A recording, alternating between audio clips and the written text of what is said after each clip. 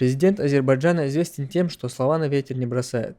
Об этом в эфире передачи на YouTube-канале SCTV заявил армянский военный эксперт Ван Амбарцумян. Затронув с ведущим передачи Арманом Григоряном тему Зангезурского коридора, Амбарцумян заявил, что Азербайджан получит желаемое. В Армении говорят «дорога», а не «коридор».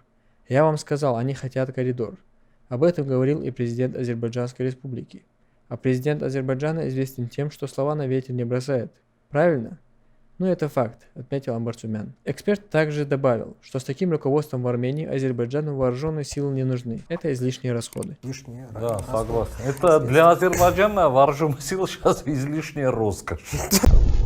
Давайте представим себя вместо тех людей, кому помогаем. У них нет мечети, где можно было бы помолиться. Недавно они говорили нашему брату, что они готовы терпеть трудности по добыче воды и продуктов питания, если бы у них была мечеть. За каждый совершенный намаз в этой мечети нас ждет великая награда от Аллаха. Чтобы построить им мечеть, нам не обязательно отправлять по несколько тысяч рублей.